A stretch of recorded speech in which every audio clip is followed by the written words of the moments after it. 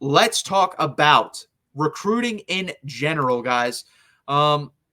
Texas has a pool party coming to Austin this summer. They're going to have a surprise visitor. Five-star safety Jonah Williams is going to make the visit to Austin, Texas. This is a guy that, honestly, most of us Texas fans don't realistically think we can get. One, because he's a really good baseball player, and he may never even play college football. And two, Oregon seems to be leading that. And we're kind of jumping late in the game, but I think Jim Schlossnagle coming to Texas as the baseball coach does help because he's been recruited heavily at A&M for baseball, and he loved it there. So that really helps in part at Texas now. We have a better baseball team overall than A&M, so I think it helps out a lot. It's going to be very interesting. Do I think he ends up at Texas? No. I either think he ends up at Oregon and never plays for them, or I just think he ends up never playing. He never plays college football. I think he ends up a baseball player. He's that good. You make more money, and it's safer if you're a high draft pick in college baseball. Obviously, most guys like that don't like the minor league system, but I think he does end up playing baseball. But it is cool that we get him for this pool party, and maybe we make some inroads, and maybe he does choose Texas. He'll probably be a safety in college if he ends up playing college football, but we'll see. Michael Terry will also be there. And, guys, unfortunately, everything I've heard, it's coming down to Texas versus Oregon again. The five-star athlete was pitched to play running back at Oregon. They have Jordan Davidson over there now, but he's pitched to play tight end at Texas. We have Nick Townsend. So honestly, I think it comes down to NIL and who does he want to play for more, because both of his positions that he's going to play in college most likely are going to be battles at either Oregon or Texas. I think A&M and Nebraska are third and fourth. I don't know which is which, but they're third or fourth right now.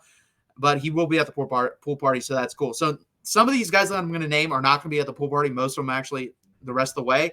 None of them are, but we're going to talk about him anyways. Four-star linebacker Man Faremo, Texas or Notre Dame. He made the visit to Texas about a month ago now, and he loved it. He pushed back his recruitment or his commitment date because of it. He was going to go to Notre Dame.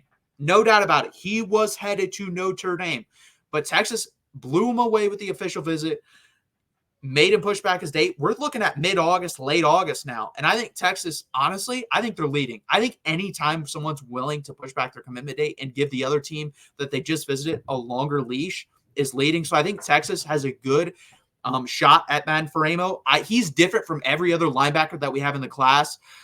Smith Orogbo, Lance Jackson are more edge rushers. Jonathan Cunningham is a long, lengthy guy that can play edge rush, but middle too. But he needs to put on weight. This guy is a thumper. He's already like 230 pounds.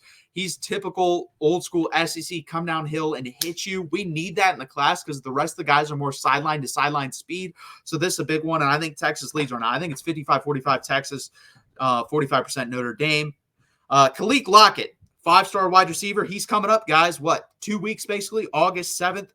A&M, Texas, or Bama. A&M finally has a wide receiver commit in Kelshawn Johnson on the board. Obviously, he was down at Texas A&M. And Texas made some inroads, but weren't able to get over the whole hump with Texas A&M and Holman Wiggins there.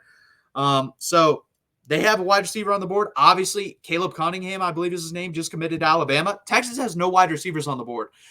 So I think that helps out a little bit. But then this next guy, Jamie French, is committing August 30th, and I think this is a big lead. I think Texas is going to win this recruitment. I think Tennessee is number 2. I think Miami or LSU is probably number 3. Unless someone drops like a gigantic bag here, I think Jamie French ends up at Texas. He commits August 30th. So hopefully if Khalil Lockett does commit and then Jamie French does commit, that doesn't scare off Khalil Lockett off his commitment, but I don't think it will now since every one of these, or 2 out of the 3 here, A&M and Bama already have a player at the wide receiver position committed. A&M didn't before Kelshawn Johnson. I think Texas landing Jamie French and Khalil Lockett is definitely a possibility. I'm saying 60 to 70% right now. We'll say 65%. At the beginning of this, when it was DeCorian Moore and these 2 guys, I said it was 50-50, 2 out of 3. So we'll see. I guess I've upped my percentage since then, but we'll see. Obviously, would take the sting out of DeCorian Moore a little bit if we land both of these 5-star wide receivers. Next up, 5-star offensive tackle Michael Fasusi. And sadly, guys, Oklahoma is starting to make a pretty big headway into this recruitment. I think they're leading this 70-30 over Texas. And this is, to me, everyone freaked out about DeCorian Moore. This is bigger. This is bigger. We don't have an offensive lineman right now in the class a Michael Fasusi's caliber. Everyone else that we have they're good players, and I think they could become great players at some point. I know for a fact Michael Fasusi, if push came to shove, could absolutely start at Texas' freshman year on the offensive line. I really believe that. I think that's how good of a talent he is. And losing him to Oklahoma makes it hurt even more. So it sucks, guys. It really does. I think right now, like I said, he ends up at Oklahoma, but could things change? Absolutely, they could. We'll see what kind of season Oklahoma has as well. Remember, they're breaking in a completely new offensive line, and if they struggle, Texas can point to that and say, look, they broke in a new offensive line and they suck. Look how good our offensive line was. And I expect Texas to have a really good offensive line. So we'll see, guys, but I think Oklahoma is going to land his commitment when he does decide on August 22nd. And then Nathan Tillman, 3-star, 4-star, depending where you look, safety out of Texas. Between Utah, TCU, and Texas, the same one as Jonathan Cunningham, who just committed, 2 weeks ago? He decommitted from SMU 2 months ago now, basically, and I thought, oh, Texas is going to land this guy, and every week since then, I've leaned more towards Utah. I think the longer this goes, this leans more towards Utah, because if it truly was Texas, why not just flip right then and there? Because he was just coming off Texas camp, and right after you just went to the Texas camp, you decommit from SMU. Why in the hell would you not just commit to Texas, especially when your parents want you to go there as well? So I think Utah is going to end up getting, which really sucks. But I think we're in good spots for Michael Terry. I think we're in good spot for Madden Faramo. I think we're in a good spot with Khalil Lott and Jamie French. So 4 out of 6 of the guys we just talked about, good spot for. We're making up ground on Michael Fasusi and Nathan Tillman, though. So that is the recruiting update for July 22nd. Please hit that like button. Please subscribe. I really appreciate it, guys. Let's jump into your comments. Nathaniel Owosu, Boateng, and Framo, I desperately want to be Irish. Yeah, Framo is just interesting because it's rare to me when a guy goes on a visit, absolutely loves it, and then pushes back his commitment date that he ends up at the school that he originally thought he was going to go to. Usually they end up at the school that blew them away on the visit, and especially after pushing back your commitment. So I feel really good where Texas leads with him, especially he's a different kind of linebacker, so I'd love to have him. And Johnny Nansen here too is starting to expose us to that island culture, and I'm hoping he brings in guys like Madden Faramo. There's another guy, I forget his last name, at USC that could also flip from USC to Texas because of the Johnny Nansen connection. So that'll be interesting as well. Joe Long says, I know. Yeah, I know. Your Irish are doing well in recruiting, though. Texas is doing well, but compared to Texas standards, they're not doing well. They're usually a top 5 class. They have been every year under Steve Sarkisian, and it really just befuddles Texas fans that may not have a top 5 class after coming off a college football playoff. So it's very interesting there. Have your best season and have your worst recruiting class. I wonder what that could be. And here, I also forgot to mention this, and I think this was very interesting. Also at SEC Media Days, Chip Brown, very plugged in. I think he was formerly of 247. Now he's like Texas Unfiltered or something like that on YouTube. Basically said Sark is protecting his culture. Like, he has an unlimited war chest, but he's not going to spend it. Like, if he likes you, he'll spend some money on you. No doubt. They offered Decoria Moore a decent amount of money coming to Texas, more than any other freshman they've been willing to offer, or senior coming out of high school, freshman going to Texas. And he's basically just protecting the culture. Like, if he doesn't think you're a culture fit and the first thing you want is NIL, he's not going to give it to you. He's just not.